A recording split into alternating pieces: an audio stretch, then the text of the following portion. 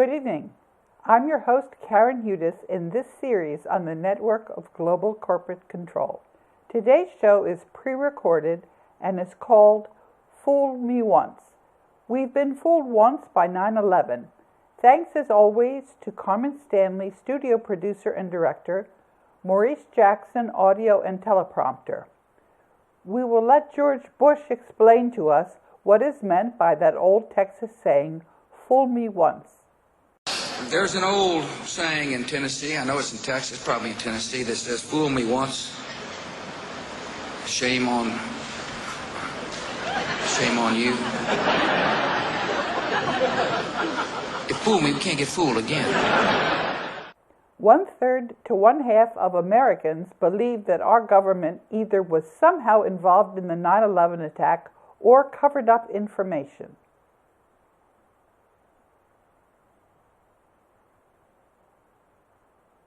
My Yale Law School classmate Steve Brill has managed to write a 23-page article about 9/11 in The Atlantic without addressing whether there might be anything to the theory that 9/11 was an inside job.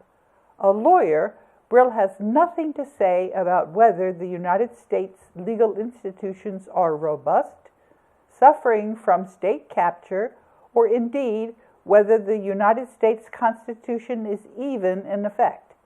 Brill has a lot to say about bloat and incompetence at DHS and nothing to say about rights, although he manages to slur gun owners in the post-9/11 USA. Brill's criticism of congressional bloat and incompetence may convince us that he did some research, but his long-winded article, which mentions ISIL while failing to mention how ISIL came into being, is hardly convincing. Brill stonewalls what we need to know. In DCTV's October 18th segment, we discussed how the Sirius Report's article about 9/11 and my comment on it were taken down from the internet. I tweeted about this, and the article and my comment went right back up as if they had never been removed in the first place. The Sirius Report, which had published the article, was between a rock and a hard place because I had saved my comment, and this was bad enough to do real harm. As you know, I put the DCTV series up on the internet and responded to questions and comments, and I've been doing this for a year and a half. I do this to remain relevant and, most importantly, to earn and try and keep people's trust. In this day, that's a very precious commodity. We have been called the best show in media a couple of times. Although you wouldn't know it from the false counters, we have a very large audience. A couple of months ago, Lee Wanta said we had more than 30 million followers on Twitter. The number of my followers was probably one of the reasons that the Sirius Report put their article right back up. After I complained that Moscow State University's English website about how the Jesuits have falsified history, and this website is called Chronologia, and I saw that it was taken down from the internet, and I complained about it, and that website went right back up too.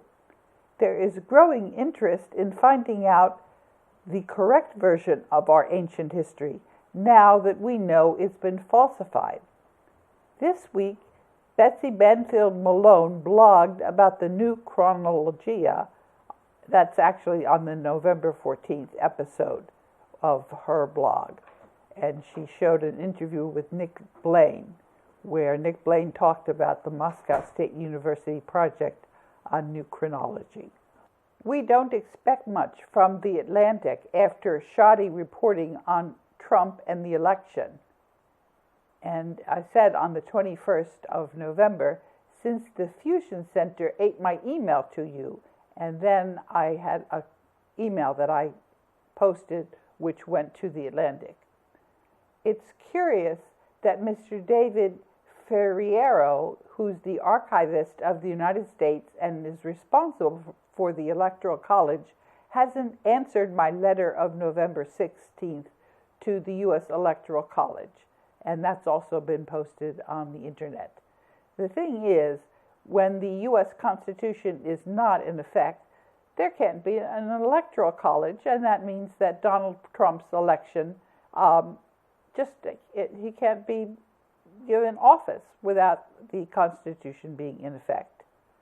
And I put a screenshot of my letter to the Electoral College up on the internet, and it shows on YouTube that a number of people have been reading this letter to the Electoral College. Sooner or later, my letter to Mr. Ferriero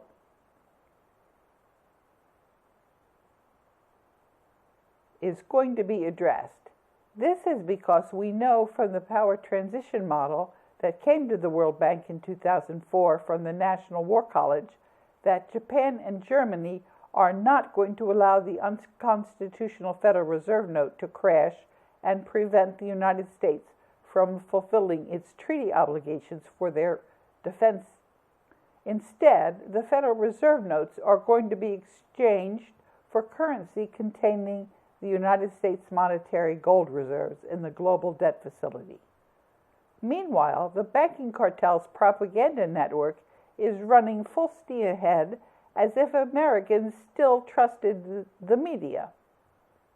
Actually, for 10 years, the majority no longer trusts the mainstream media, and many also realize that most of the alternative media is owned by the banking cartel. And I tweeted on the 21st of November about the New Yorker that Reddit was a media hoax, and I put the initials LMAO up on that, and I'm not going to tell you what that means, but if you look it up, you see that Reddit has zero credibility with me. Sputnik News has called the question about who and what to believe. On the 26th of November, they wrote an article which they called The Beginning of the End of This System. It's time to move into reality and away from the banking cartel's corrupt propaganda.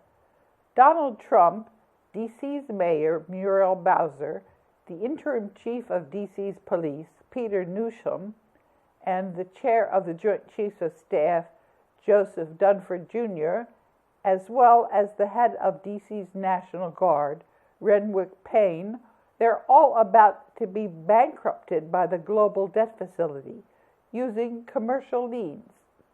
Germany and Japan are going to have to choose whether to continue to be protected by the United States military or allow the unconstitutional Federal Reserve note to crash.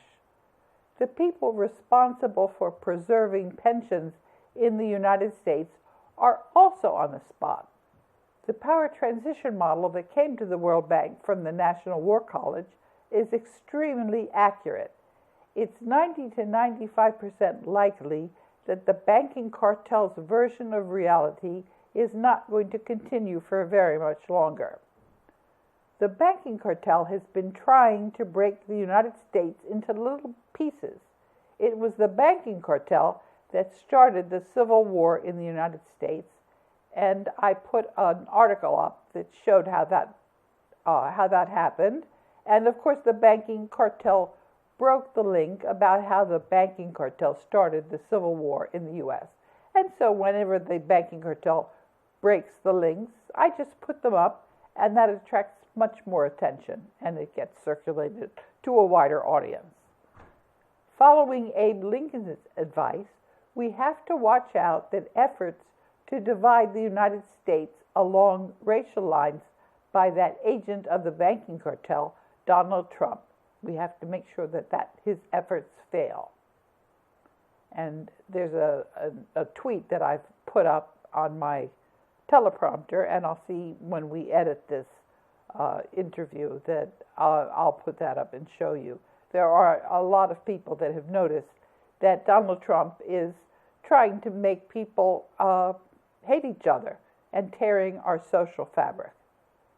And somebody was asking me whether I thought a person that Donald Trump was considering appointing was going to be a good appointment.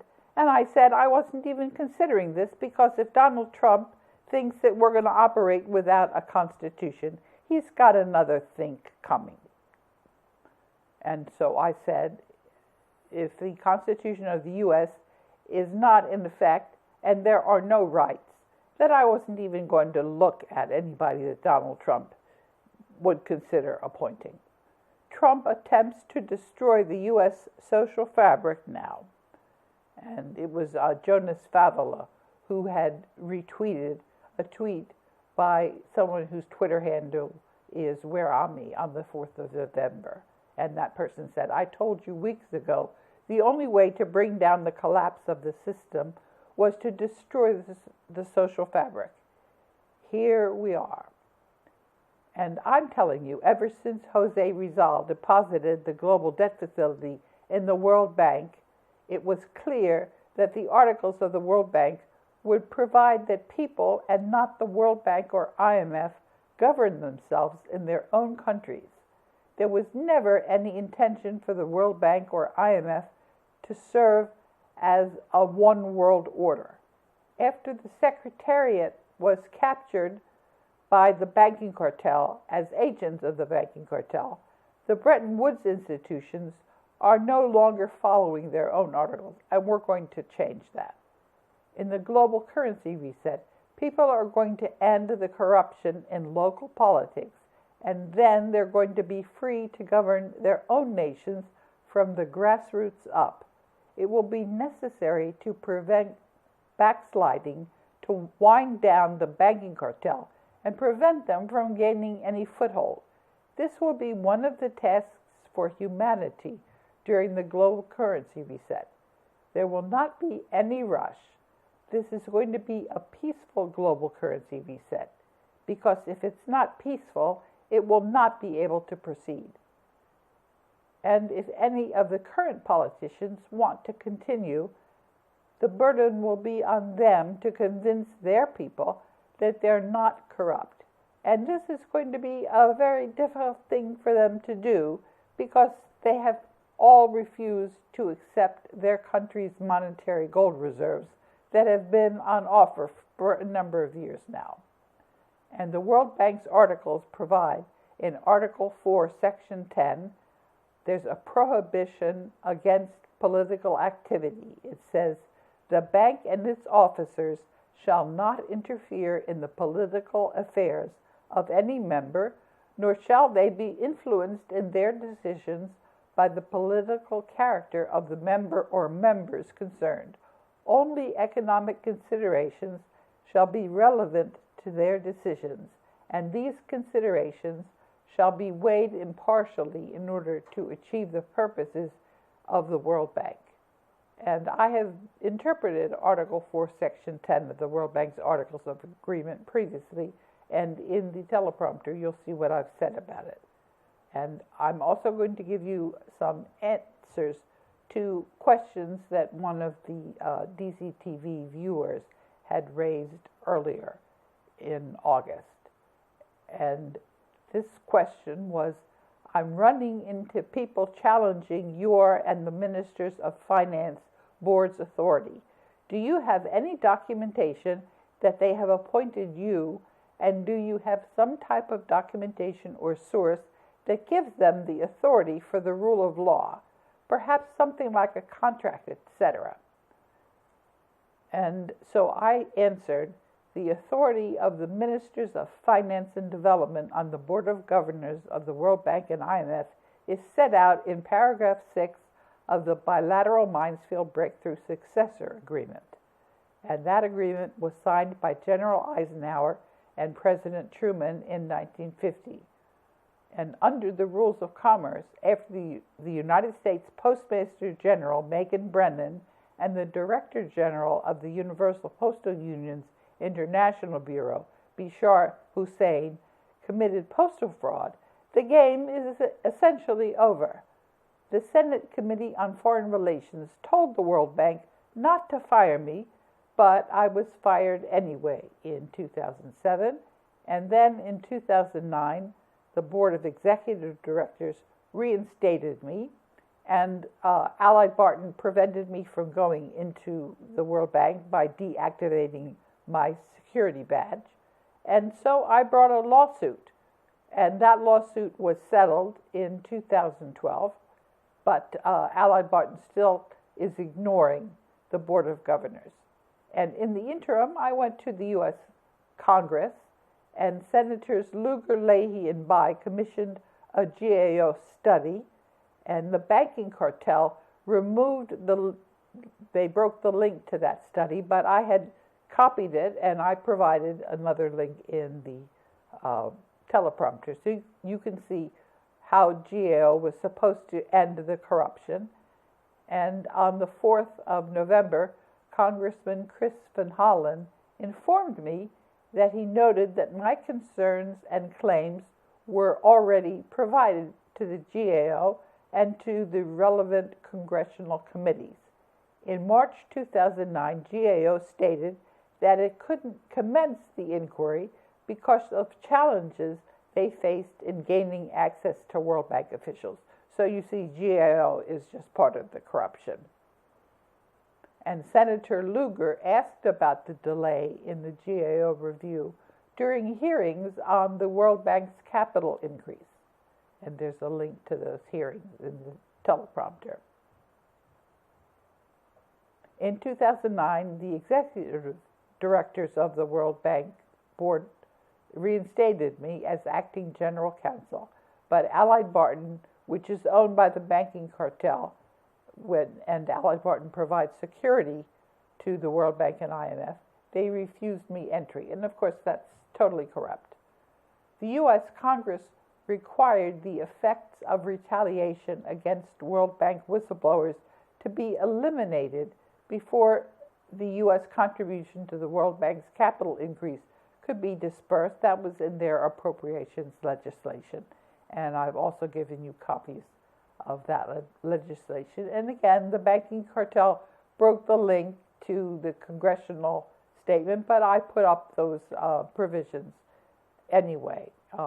So the attempt of the banking cartel to erase links just emphasizes the information. They're not preventing the information from getting through. And on November 28, 2012, I discussed my reinstatement in a video, which was, there was a hearing under the World Justice Project.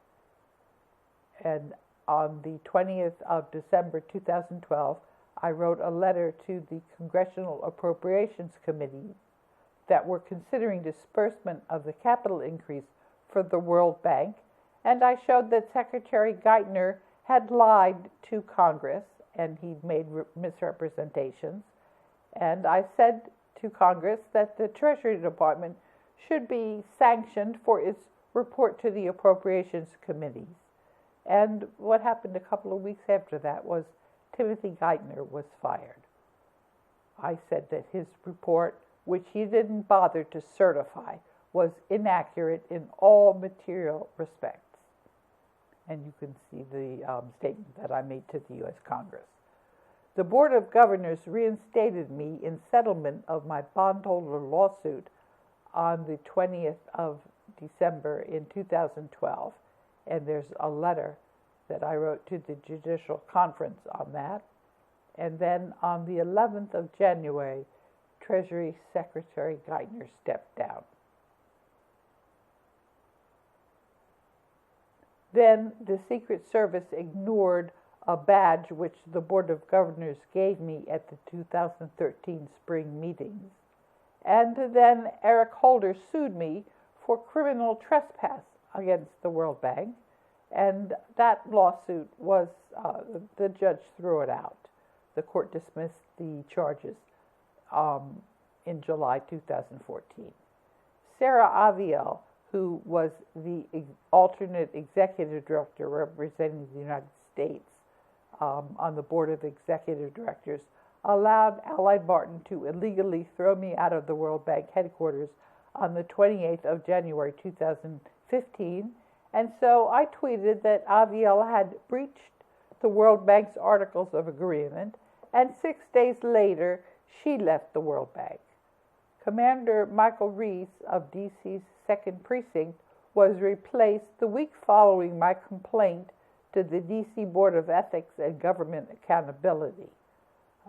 D.C. Council's General Counsel Dave Zvenyuk lost his job the week I tweeted his involvement in this corruption.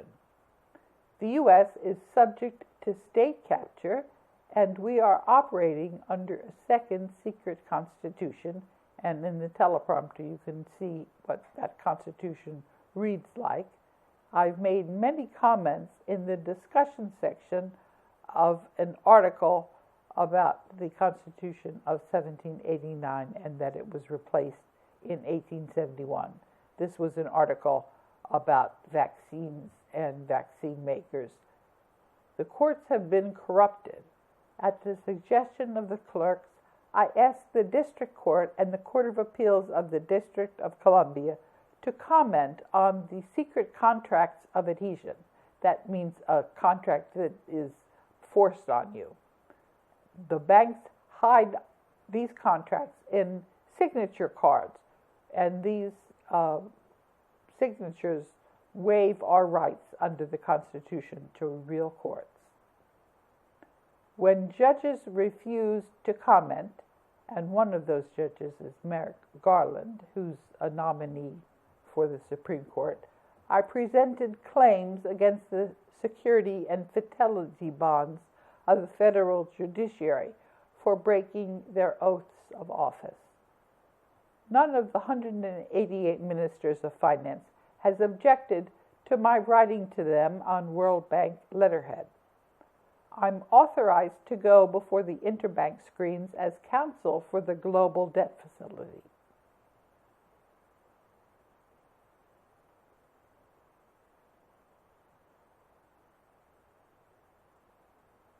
The minutes of the World Bank's annual meeting are adopted, and none of the countries has claimed that they're incorrect. And I've been reminding them that they need to go on record in writing if they have any objections. Otherwise, those minutes stand. Just look at how the World Bank's managing director, Bertrand Badre, was fired when he tried to invalidate the Global Debt Facility. And Twitter broke the links in my discussion of this point in a recent tweet. And so I just put the links right back up, and as I said, people read them with more interest when they see that this is something that the banking cartel is trying to hide. So I think we've gotten to the end of the teleprompter, but I have some more to tell you. What you're hearing now is not something you're going to hear from the captive banking cartel media. That means it's true. And if you want more documents, I'll be happy to show them to you. You have to learn to be discerning, and what I suggest is that you work together with a group of close friends and look at all the documents, and also look for your own documents, and you'll see that the very last thing you want to do is listen to the mainstream media or most of the alternative media. It's just propaganda. It has nothing whatsoever to do with reality. And one of the points that I wanted to make is that the banking cartel is trying to frighten people. There are a number of people that give you what I call gloom and doom scenarios. And this is something that you should just completely ignore. You have to do your homework in order to find out what's really going on. So I'm going to tell you about some correspondence that I had with a committee in Canada called the Committee on Monetary and Economic Reform. And one of their members was asking me how to get the gold that belongs to Canada. And I wrote this out, and you'll read it in the teleprompter. But I can tell you right now, the procedure is we're going to have to come up with a way that we leave the current governments out of the equation. The gold that belongs to Canada is going to go directly into Canada's currency, and this currency is going to be exchanged for the currency that's being issued by the central banks that are owned by the banking cartel. And we'll set up a system where there'll be a certificate that will be mailed directly to the address of a Canadian resident, and in that certificate, you'll be given permission. It'll have like a chart, and every time you want to convert money, it'll be marked on that certificate, and there'll be a certain maximum amount of currency that each resident is allowed to convert. And that's how it's going to be directly between the mint and the citizenry and the development committee. And we will set the procedures up so that this could be monitored and there won't be any gold that goes missing. And as far as the very hard work of cleaning up the corruption in the local villages and towns, this is something that the individuals in those villages and towns, they're going to have to get themselves sorted out, and there's not going to be any rush. But the most important thing is to have a good channel of communication, and I'm going to be responding to all of the different comments and feedback that I received so that we can set up a very transparent system. There won't be any rush, and we can work on the basis of an interim, a two-step process where first you'll exchange the currencies for that were issued by the banking cartel with paper currencies that are issued by your country's treasury departments, and then that's what's going to be exchanged for the currency that contains the gold. That's how we're going to do it. And there'll be local currencies. And the banking cartel is just going to be kept out of the equation. So that's how we're going to end the corruption. It's going to be wonderful. All of the different countries are going to be doing a similar step, and the banking cartel itself is going to be wound down in the global debt facility. I want to thank you for listening to another segment of the Network of Global Corporate Control. Today's segment is about the Texas saying, "Fool me once," that is, how the banking cartel fooled Americans and the rest of the world on 9/11, and about the global currency reset to exchange currencies issued by the banking cartel for currencies minted from the country's monetary gold reserves in the global debt facility. Until next week, I'm your host, Karen Hudes.